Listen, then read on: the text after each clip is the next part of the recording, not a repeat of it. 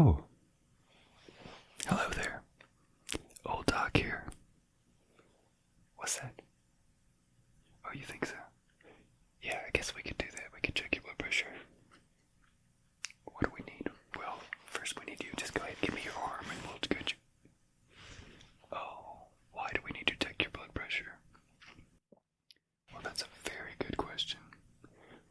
What is blood pressure? I think is what we should probably start with.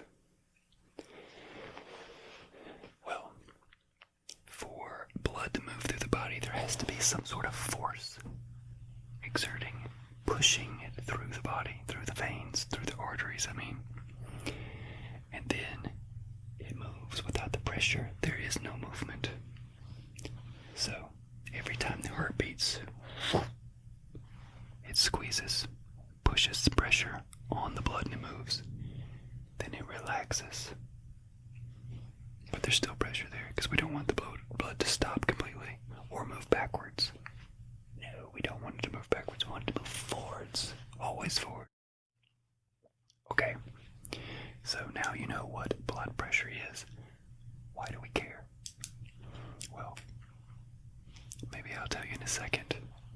Let's go ahead and get started. First we need a blood pressure cuff. So in here,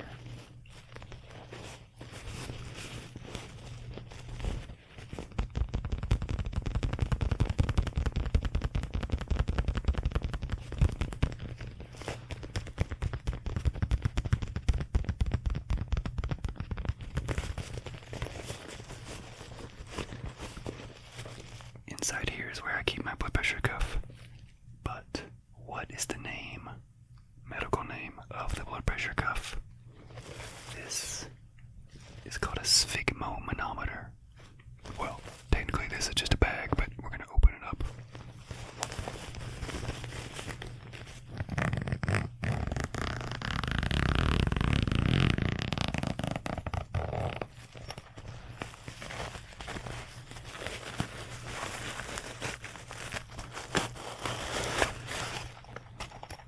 See, what did I tell you? Just a bag. I'll put it to the side. Now,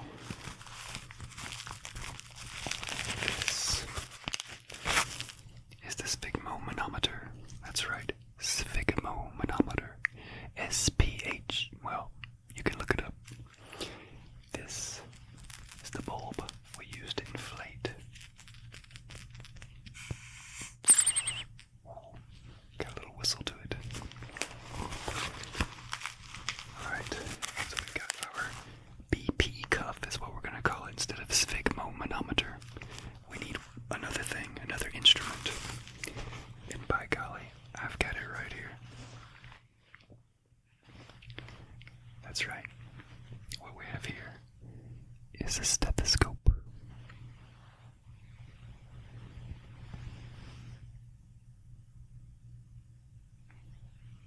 That's right. This we put in our ears, but there's a particular way we do it. If you look closely, well, there we go. If I turn it to the side like this, the little things that goes in your ears, they point that way. And that is the way we want them to point towards you. So that way we can hear, because the canals of the ear are positioned just right so that we need to face them this way. If you do it backwards, this way, you won't be able to hear very well. So anyway, we will do it this way. But for now, I'm just going to put that down because it's really loud. Let's go back to our blood pressure cuff. Alright. So this is the part that goes around your arm, and it goes around the upper arm. It's got a little line, white line right there that tells us to put it over your brachial artery. That's the big artery that goes down the middle of your arm right here.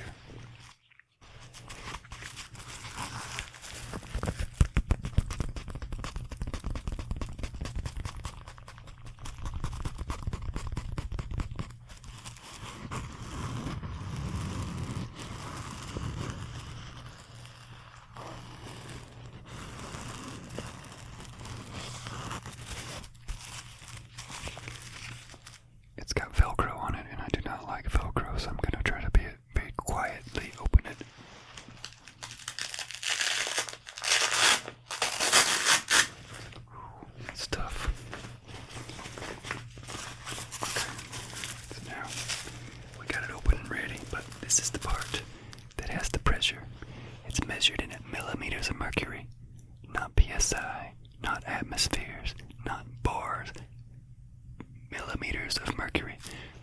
So back in the old days, and they still have these around, they would hook one of these up and it had a long bar, a little column of mercury, and it would directly hook up to the pressure gauge, and it would float up when the pressure got higher and go back down when it got lower. So that's why they started using millimeters of mercury. But we have this other analog system here that has a little, I'll zoom in for you.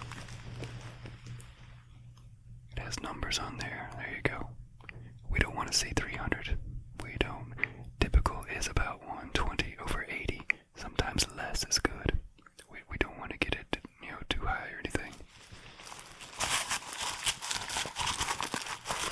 But this is the glass little piece here.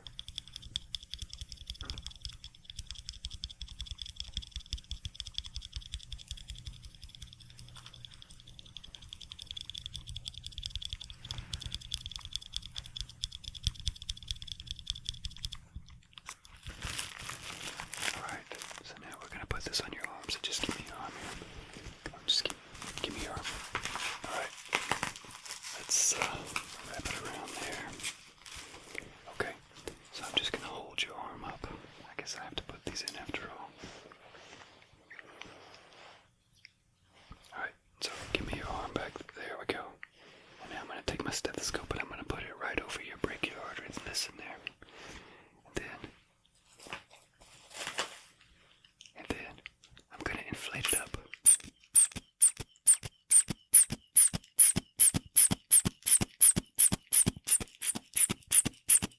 We take it up. If we think your blood pressure is maybe 120, we're going to take it up to about 140. Or if I think it's 140, I might take it up to 160. Now we let it out. And listen. Listen very carefully. Oh, yes. Yes. Oh, very good. That blood pressure was pretty good. So when we're listening, after we start to inflate it, you shouldn't hear anything. It should be very quiet.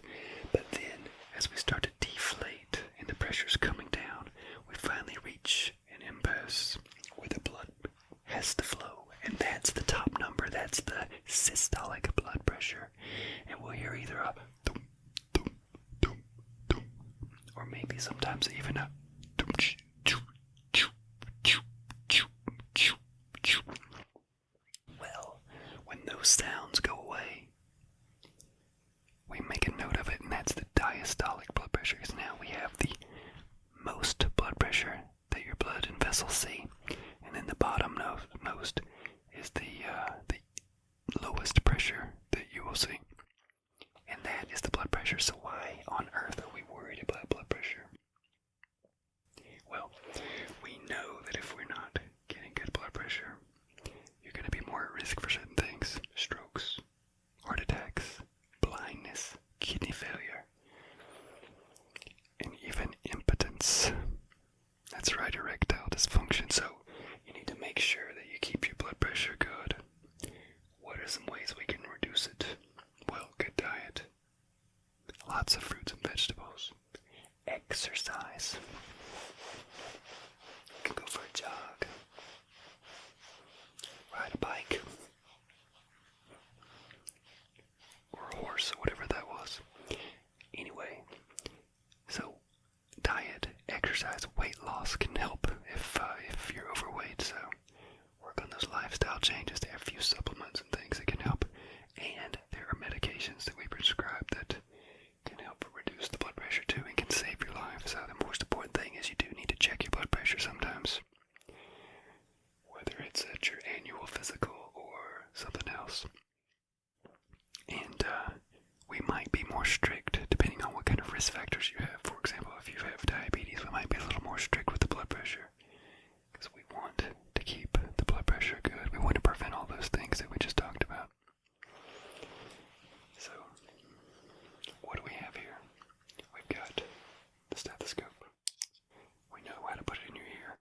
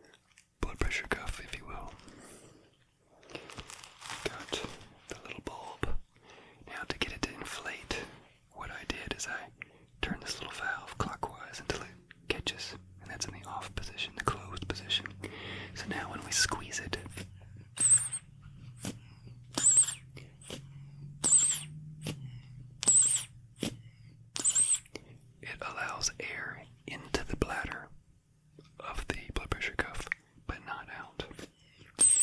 And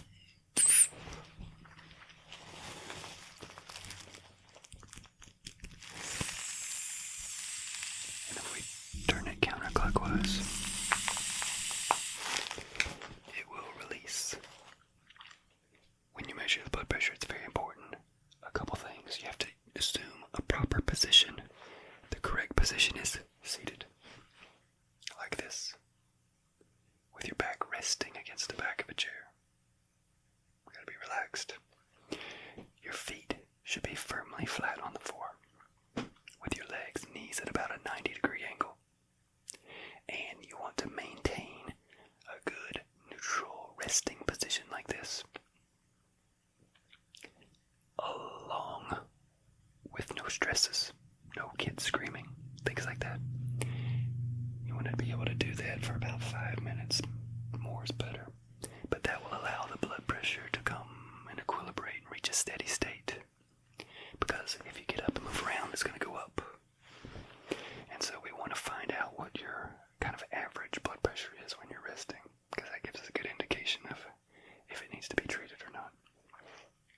Maybe your doctor has ordered ambulatory blood pressure measurements where you wear a sphygmomanometer blood pressure cuff and it inflates periodically and measures it. Or maybe you've got one of those little gadgets on your phone, or your watch there that keeps up with that. I don't know how accurate those are. I've seen plenty of wrist monitors and I find that they're not very accurate. Nothing beats putting it on the arm there. That is a good measurement. In the hospital, sometimes we'll thread a catheter into the arteries and measure the pressure there, but that seems a bit excessive.